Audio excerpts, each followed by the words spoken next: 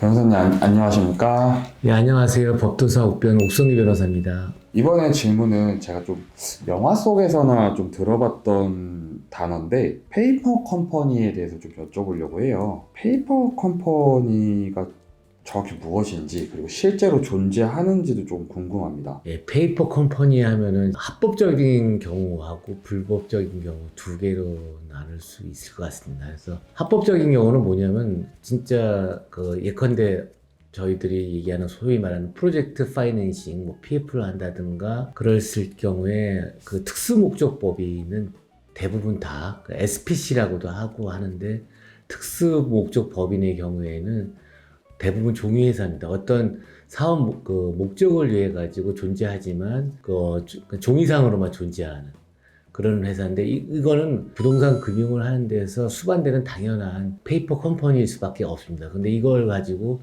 이거는 당연히 그 어떤 그 절차적 과정에서 필요한 회사이기 때문에 이것은 당연히 뭐 불법일 수가 없죠. 반면에 이제 불법인 경우는 어떤 거냐면은 그 회사 자체가 이제 회사 돈을 횡령하거나 어떤 범죄 수익을 은닉하는 회사로 사용이 되면은 그게 이제 불법인 경우가 됩니다.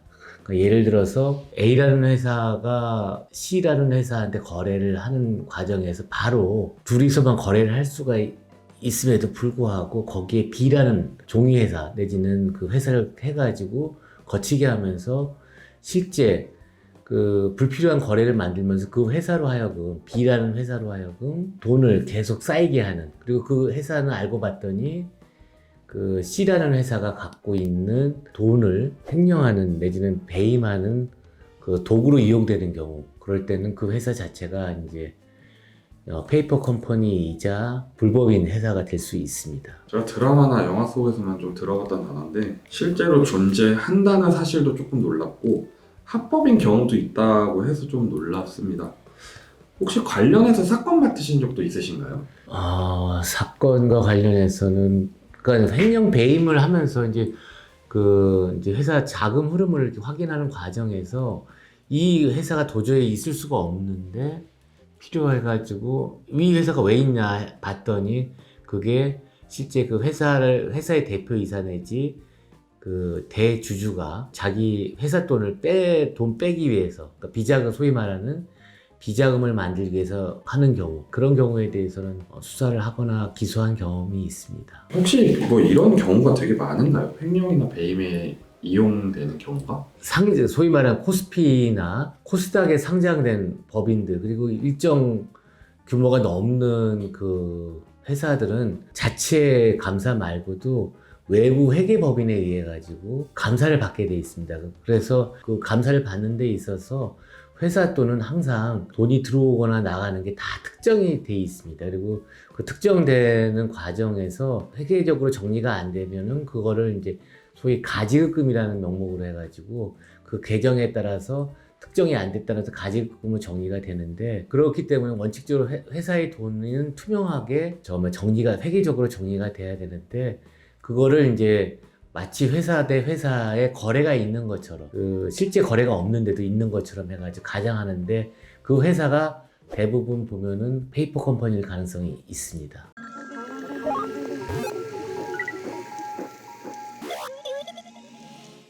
네, 변호사님. 제가 이번에 할 질문은 가스라이팅에 대해서 여쭤보려고 하거든요. 요즘 뭐 남녀 사이에도 많이 발생한다고도 하고 또 얼마 전에 연예계에서도 좀 그런 사건이 있었어가지고 제가 이 질문을 준비해봤는데 가스라이팅의 정의도 궁금하고 이게 데이트 폭력에 속하는지도 좀 궁금한데 그거에 대해서 답변을 좀 부탁드리겠습니다. 제가 알기로는 가스라이팅은 그 상대방의 그 상황을 만들어가지고 그 상대방으로 하여금 자기 마음대로 그 지배 가능하게 만드는 경우를 이제 가스라이팅이라고 알고 있습니다. 그리고 가스라이팅과 관련해서는 뭐 제가 좀 더 생각을 해보니까 이게 사이비 교주하고 신도와에서도 가스라이팅이 가능할 것 같고, 무속인과 신도와의 관계에서도 그러한 가스라이팅이 가능해가지고 상대방을 어떤 자기 마음대로 조종하고, 심지어는 부부 사이에서도 가스라이팅을 할 수도 있을 것 같습니다. 그래서 만약 부부 사이에서 그런 것이 이루어진다면은 가정 폭력이 되고요. 부부나 아니면 자식들하고 관계에서도 그렇게 이루어질 수 있을 것 같고, 남녀 관계에 있어서는 이 연애하는 단계에서는 그게 데이트 폭력일 수 있는 것 같습니다. 그리고 사이비 뭐 교주나 아니면은 신도와의 관계 내지는 무속인, 그러니까 엉터리 무속인하고 그 무속인을 믿는 의뢰인 사이에서는 사기, 뭐 기타 재산상 뭐 이익이나 재물의 편취가 있었다면은 사기죄가 될 수가 있을 것 같고, 또 그와 관련해서 뭐 성관계가 막 이루어진다면 또 그거는 좀 뭐 중간간이나 뭐 그러한 것들.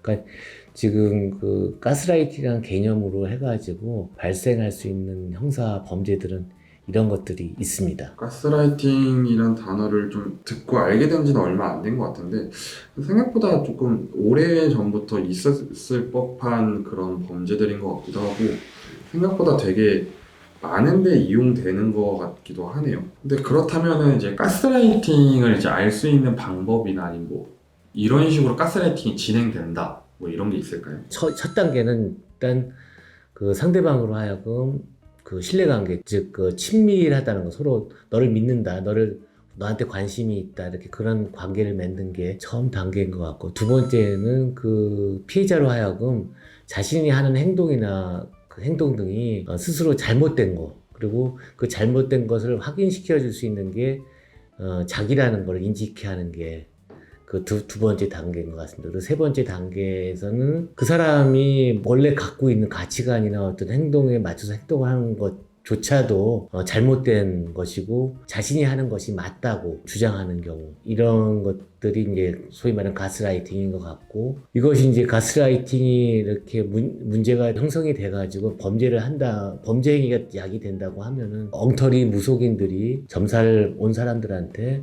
네가 하는 행동이 잘못돼 있고 내 말을 따라야지 된다고 해서 뭐 부적을 쓰거나 구술해야 된다, 이런 경우에는 넓은 의미의 가스라이팅, 그리고 사기죄가 성립이 될 수도 있고, 또 사이비 교주하고 뭐 신도라면은 네가 이제 다른 사람하고는 결혼할 수 없고 나랑 같이 뭘 해야지 행복해질 수 있고 가족들이나 아무 피해가 없을 것이다, 이렇게 하면서 하는 경우도 발생할 것 같습니다. 변호사님, 그러면 이제 가스라이팅을 대처하는 방법은 뭐가 있을까요? 자존감이 없기 때문에 남한테 의지하게 되고, 의지하면서 여러 가지 정신적으로, 육체적으로, 심지어는 재산적으로, 그러니까 경제적으로도 피해를 입는 것 같습니다. 그래서 일단 본인 스스로 자존감을 키우는 게 중요합니다. 그리고 또 중요한 게 그러한 상황, 그러니까 특히 이제 3단계 정도 돼가지고 본인이 하는 행동이 전혀 문제가 없는데도 불구하고 그 행동이 잘못됐다고 판단해가지고 상대방이 이끄는 경우에